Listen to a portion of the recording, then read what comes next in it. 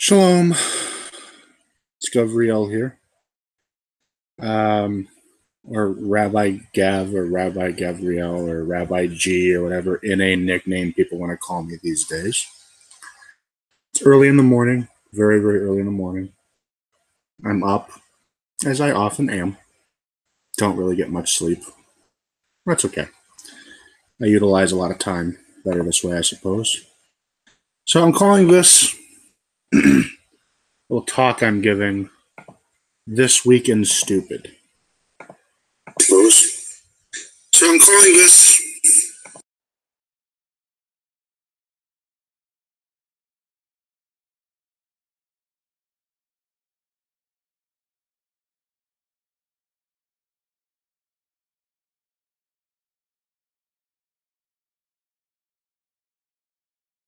Should have had some feedback there. Sorry about that. My oh my, has it been one stupid week. Where do I even start? Okay. I want to revisit an old topic that I've already previously discussed in an earlier video, one of my little monologues. Iran. The Islamic Republic of Iran is opening a new nuclear facility for centrifuge production.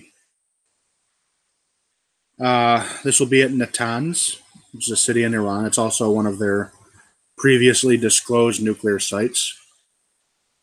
And I know what some of you are thinking right now. Oh, that Trump, he really did it by pulling out of the nuclear deal. The Iranians are stepping up production now.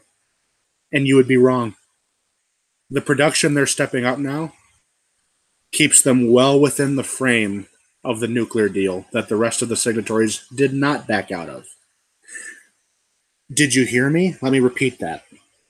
The nuclear deal allows these maniacs to open additional nuclear facilities and enrich uranium to a very, very high degree of purity, which has no civilian use. It can only be put inside of a bomb. So that's one thing. That's one thing in This Week in Stupid. Iran is stepping up its nuclear production, and it remains within that absolute joke of a nuclear deal. I'll provide links to all of this stuff in the description of this video when I'm done, or when I feel like it, whichever comes first. Maybe never.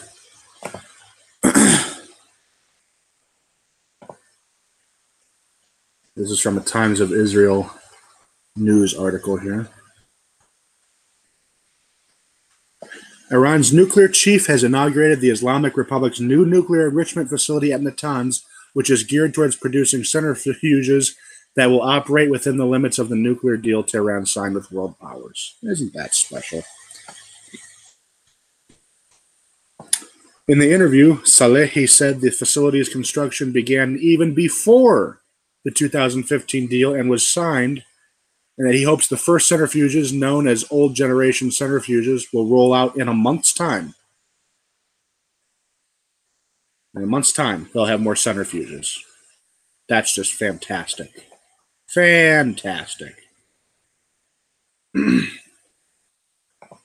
Another plug for This Week in Stupid. The other signatories of the deal have not backed out.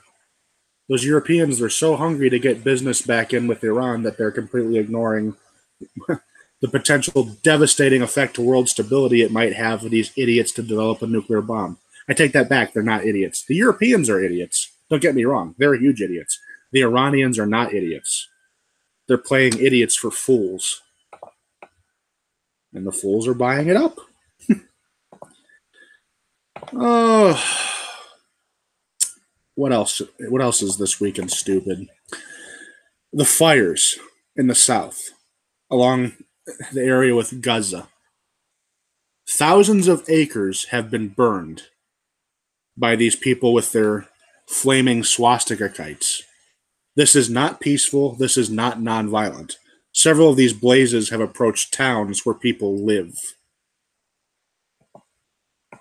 Not to mention the loss to livelihood and the loss to agriculture. You know, they never miss an opportunity to shoot themselves in the foot. You want to hear something funny? The crops that they're setting fire to feed them too. Where do you think all the produce that we send to Gaza comes from?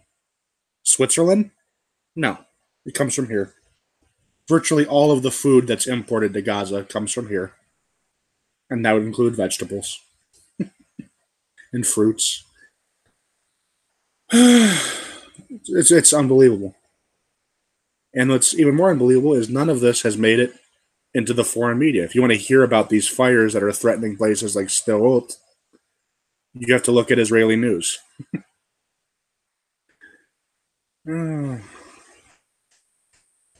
What else is stupid? Yes. So it's being claimed as a victory by the boycott, divestment, and sanctions movement, the movement that seeks to economically, culturally, and diplomatically isolate Israel so it can be eliminated.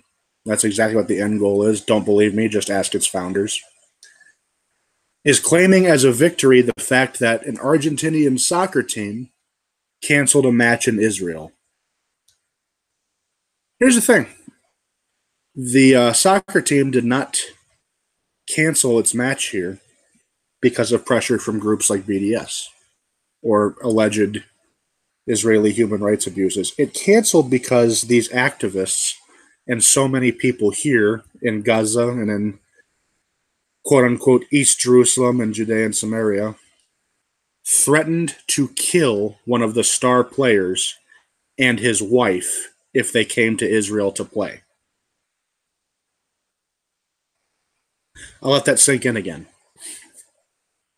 The reason Argentina canceled its match in Israel is because terrorists and their supporters and even foreign activists abroad threatened to kill the star player and his wife if they visit Israel. Pro-Palestinian activists and Palestinian terrorists. Can you think of any other similar situation where a sports match, an international sports match, had to be canceled because of threats against a team member if he dared to visit a country? I can't. And it's a really big shame that they won't be coming because that guy that they're threatening to kill has an awful lot of fans here. An awful lot. But yeah, it kind of sets the tenor. Burning our fields and threatening soccer players from other countries who plan to visit here and play here. That's the kind of lows that our enemies stoop to. That's the kind of people these people are.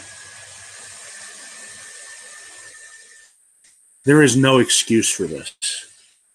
None. What else is going on? Yes. That's right. The Palestinian quote-unquote paramedic, a 21-year-old girl named Razan al-Najjar in Gaza who was killed under some circumstance, although we're not really sure what. It has, of course, been blamed on us and reported in the international media as having been us. But, as always, more facts come out, and it looks like it wasn't us.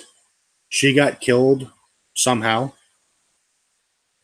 probably by her own people, as a PR stunt. If you don't believe me that they do this kind of stuff, you need to look up a thorough debunking of the Mohammed al-Dura case from back in 2000. They do stuff like this actually pretty frequently. Earlier this year, there was another man in Gaza, the man with missing 2 legs, Abu Thera, I think. Anyway, who was also killed, but it turns out he wasn't killed by us. They blamed it on us, but he wasn't killed by us. More and more details come out. It looks like this poor Palestinian paramedic was not innocent, was not peaceful, directly participated in violent riots, and we have not gotten one consistent picture or story of how she supposedly died. The army investigated. At no point did any of their troops in the area fire at her. So if she was killed that day and at that particular location, it wasn't by us. Every bullet is accounted for. So, to top it all off, the Iranian nuclear deal is so deficient that they are opening up new nuclear facilities to build more centrifuges, and they're still within good standing with this ridiculous agreement, and the Europeans still aren't pulling out. Gazans are setting fire to the south of Israel using kites with fire bombs attached to them, threatening lives, livelihoods, homes, and agriculture, and the environment. Let's not forget. Let's not forget. An Argentinian soccer team had to cancel coming here because of death threats against its star player and his wife. And we were accused of murdering someone who was, one, not innocent, and who was not murdered by us. That's This Week in Stupid. That is a very light week in this part of the world and how people relate to it. It's a very light week. I probably should have used a stronger term than stupid, but I don't want to come off crass using terms like autistic.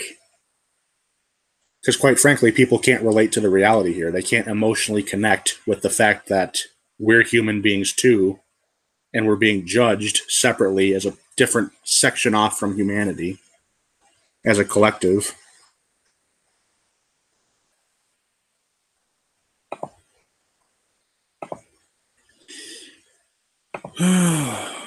Let's see here.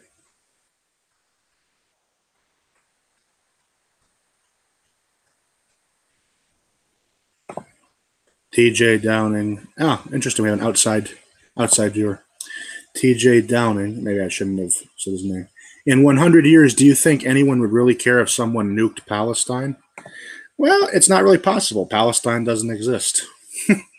It ceased existing in 1948. And the Palestine that existed before that was a region controlled by the British. It was not an independent country. So, I mean, theoretically, if we were to drop a bomb, I assume you mean on what are commonly called Palestinian territories like Gaza or Judea and Samaria, which is sometimes is called the West Bank. If we dropped a nuclear bomb, would anyone in 100 years care? I think we would care because of close proximity. It's not really practical to do that. But, I mean, anything we do is amplified and blown all out of proportion. I mean, in the same period in 2010 where we shot 9 violent extremists aboard the Mavi Marmara during the boarding incident in 2010, several thousand people were killed in Sri Lanka, and that never even made the news.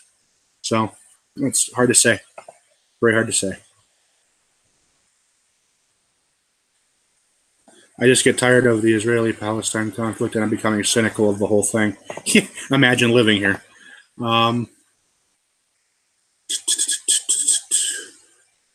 Imagine living here. Believe me. And given that which I can't really go into a lot of detail about here, my job is basically kind of centered around it, gathering information about it. Yeah, and that's, oh, hey you. Give me 1 second.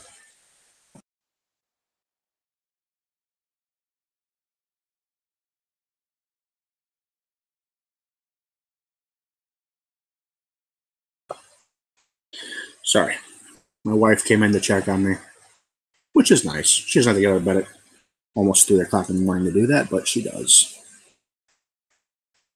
Even though I tell her not to.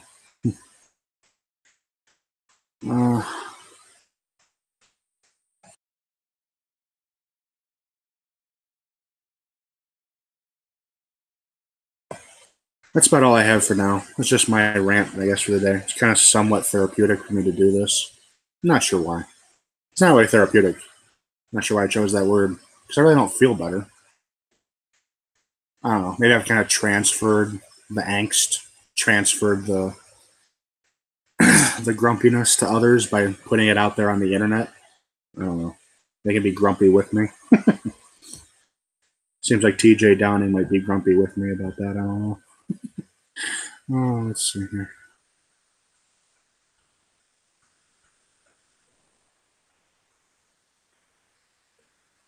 Well, I mean, continuing this weekend stupid, I got my first electric bill for the new house, and it's like double what it should be. That's entirely separate from geopolitics, but yeah, definitely calling the electric company in the morning. Well, later in the morning. It is the morning. Yeah, and that's all I really have for right now. Take it easy.